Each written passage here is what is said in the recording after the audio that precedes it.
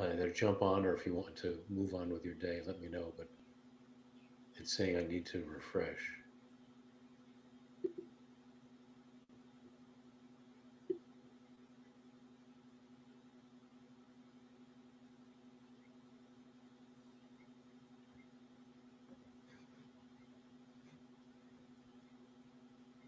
Oh, good. All I'm right. saying that we are live, so let's consider that we are live. So All here's the right. thought for on the topic of balance, mental balance, emotional balance, balance, finding it, sustaining it. It's worth asking this question: is the topic and the conversation about balance always one that really starts from a state of imbalance? The the need for it, the desire for it, how to achieve it. Yeah. I, I'm thinking with systems thinking, there's something called a feedback loop.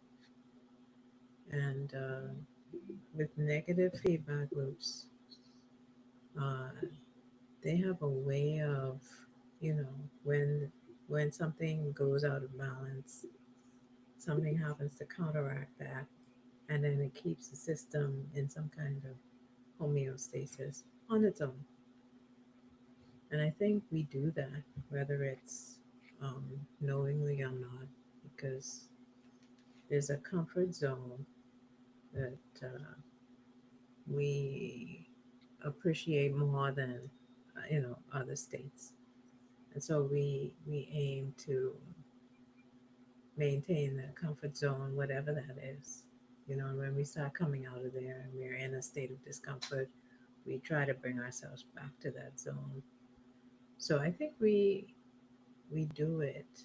Um, some people wait a little longer than others, um, but there are mechanisms that help us to kind of kick back in. Although in some cases it doesn't work that way. There are also, um, I guess, amplifying loops that are called positive feedback loops, and those. You start eating a lot, and for example, and your appetite grows, your stomach grows, your capacity for holding more food grows, and then you can eat more. And then it amplifies and amplifies as you gain weight. So um, that's just an example of a, reinforcing loop. But in in either way, some kind of balance is achieved. Yeah. One could be in the growth or decline, and then the other one is this kind of motion that's up and down with actions kind of keeping the entire approach or system in a state of equilibrium. This reminds me of a quote by Albert Einstein, which goes something like this: that life is like a bicycle. To stay balanced, you got to keep moving. Hmm. And that that seems to echo that point about that that ebb and flow, that motion. That's maybe Yeah. there. Maybe balance is a state of, and to one extent or another, an ebb and flow. Yeah, there's definitely an ebb and flow, um, but not all balancing works like that.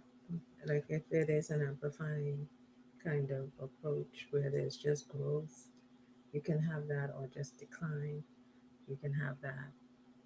But you do find a new balance point um, over time, whatever that may be, As where, I'm listening, go ahead. yeah, as I'm listening to it, I'm thinking about how maybe some people, and some of the conversations I've been having with people about balance, they're searching for something that they can do in the moment to achieve balance in the moment, as opposed to thinking about those things that maybe there's no such thing, or there isn't often a flip of a switch because of something I or anyone might do, but it is a process in the works. Um, I think to take it to a practical level, I think in order to achieve balance, that you have some input into instead of external forces, is to set goals. Mm. And as we were talking before we started recording, some goals we can achieve, and then some goals there's some external forces that make it impossible for you to achieve it. Um, and you know, like people like you keep looking for a way to achieve that goal. And if one approach fails, you try again and again and again, year in year out. You keep trying because you just never know. That you could stumble upon something that was recently, you know, kind of developed, and it'll be the exact right thing rather than giving up. So um, the balance need some kind of a goal. Otherwise, the things around you, the pressures around you, will um, cause the balancing action to happen to you. Not, it wouldn't be initiated by you, and that's not ideal because Right, right. nobody's going to care about you as much as you should care about yourself. So Although true. we're human beings and we get caught up in our own stuff. Yeah, Not that people don't care, but they're distractions. right, right. Two things come to mind as I'm listening to you, including the goals. Certainly for me, when it comes to my my knee, my goal is to find a solution for the end of the pain, and and yet there's also the process-oriented goals. Hmm. It's the ways that I'm seeking to strengthen on an ongoing basis my own resilience and how to thrive with this. But the ways I go about um, achieving balance in the midst of a lot of twists and turns and ups and downs, highs and lows. Yeah. Um, so those process oriented goals are maybe even at least at times more important than anything else. You said something that kind of started my thinking, kind of go off in a tangent. You said how to thrive with this, and uh, if we take what we're talking about from a balance perspective and say, okay, I need to find balance. My balance isn't everybody else's balance because of the level of pain that I always experience. So therefore, my thriving um, will most likely not look like everybody else's. My thriving may have, it's going to have an element of pain associated with it. But what does my version look like? And then you curate that, you develop that, um, because the textbook model of thriving is not going to be yours, Right. and The that's okay. Uh, it, Go it's ahead. it it's very okay, and it's very much the truth. The uh, the whole plan to be your best approach is designed for me to find my own unique way of building my strengthening my resilience into thriving. It's a way for each person to help facilitate them finding their own Mhm. unique. Um, the only thing that I share in the mix between going through those process oriented goals, the methods to discover and strengthen and shape anyone's own unique resilience, the process is very much the same.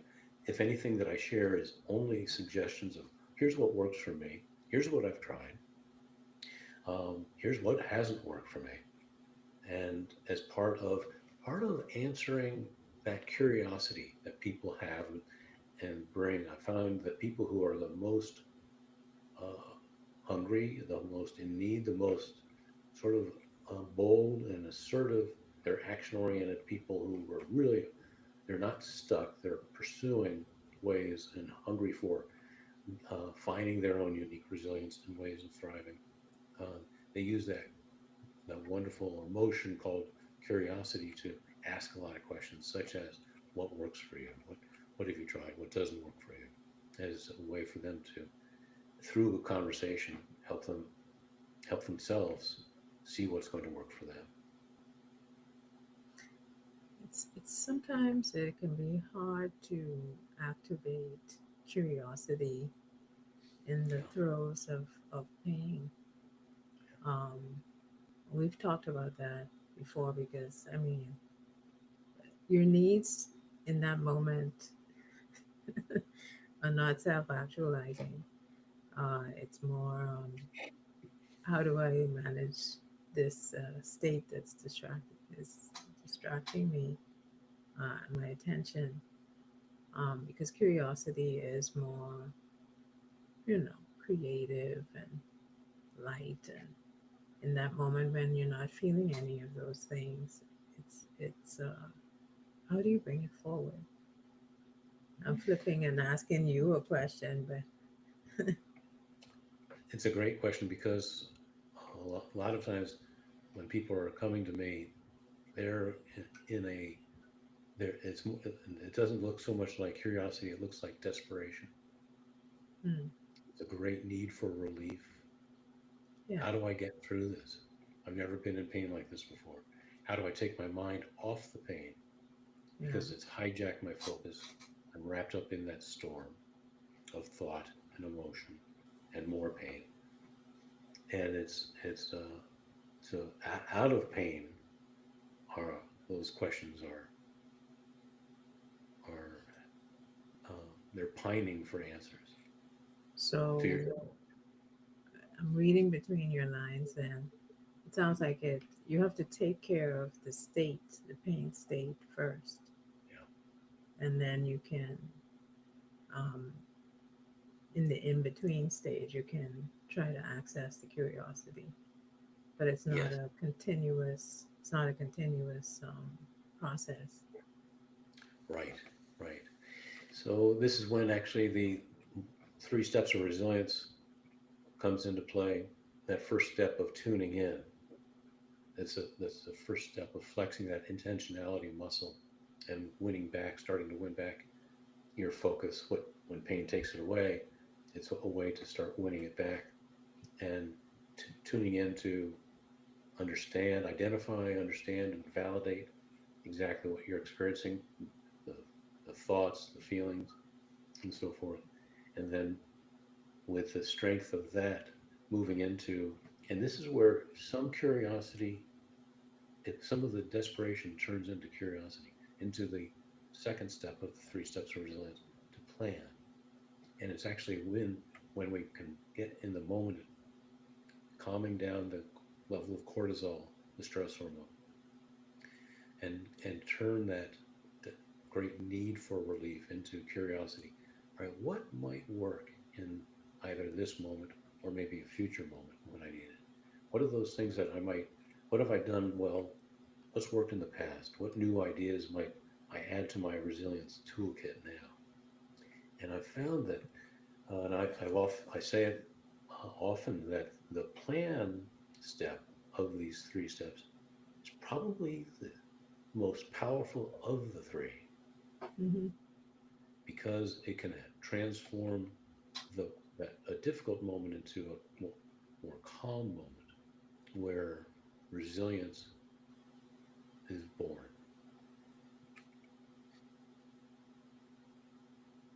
It can be planned.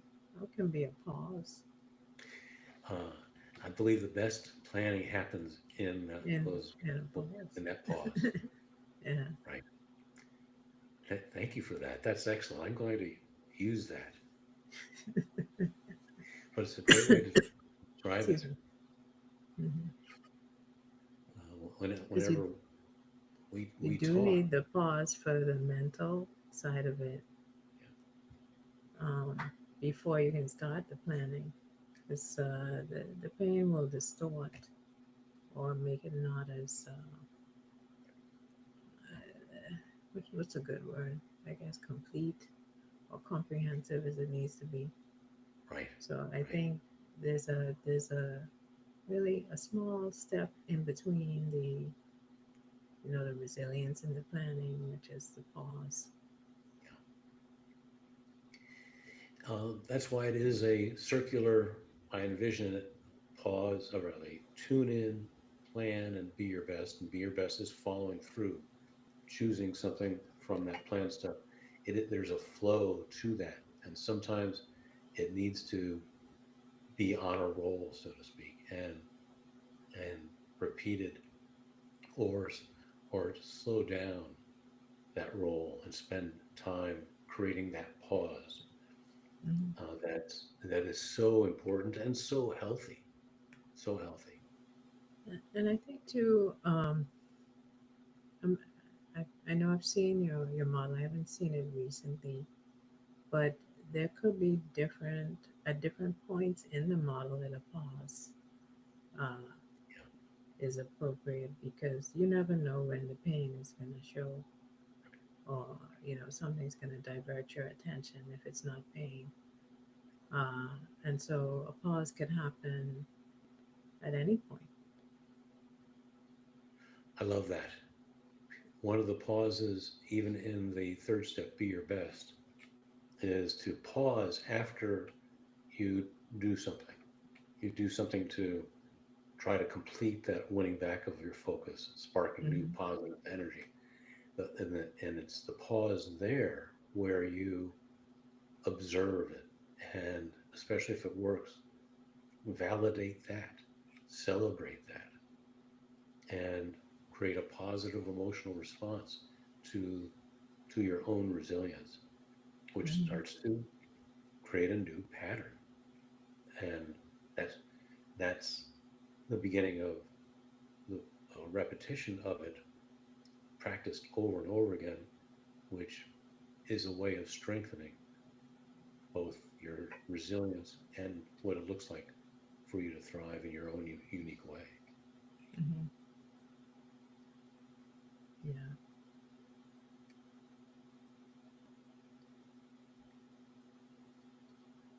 Yeah. Thank you, Yvette. Every time we talk, to a great extent, we're taking time to pause. That's true. And it's always refreshing, my friend. And and there's always a, um, whether we're talking business, talking about whatever, I see resilience growing. This is one of the reasons why I say resilience grows through conversation. Hmm. Well, some conversations. Yeah.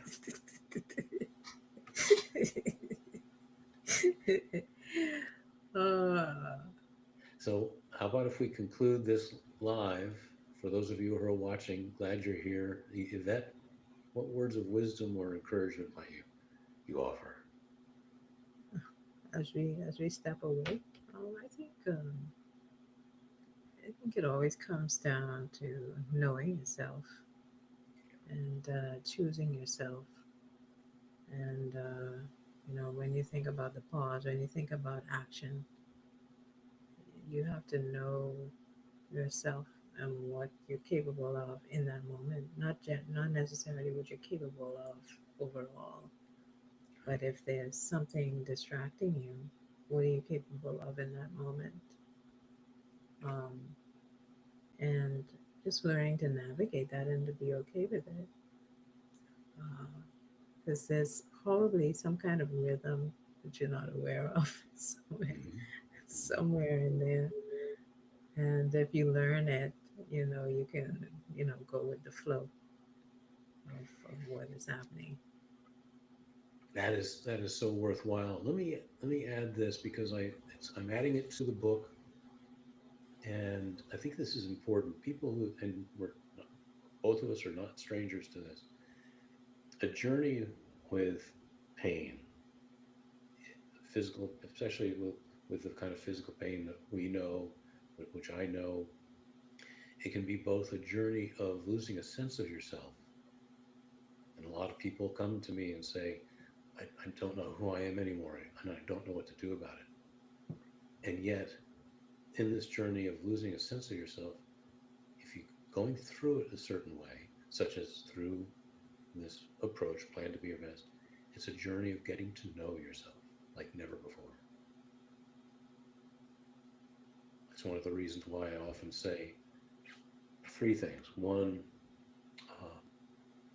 one of the things I'm thankful for is all the growth, even through these tough years, especially since surgery 7, so that I'm thankful for the man that I've become. I'm thankful for the the bigger heart that I have now. Mm. And whether it's a moment like this where I will often say, come as you are and leave stronger.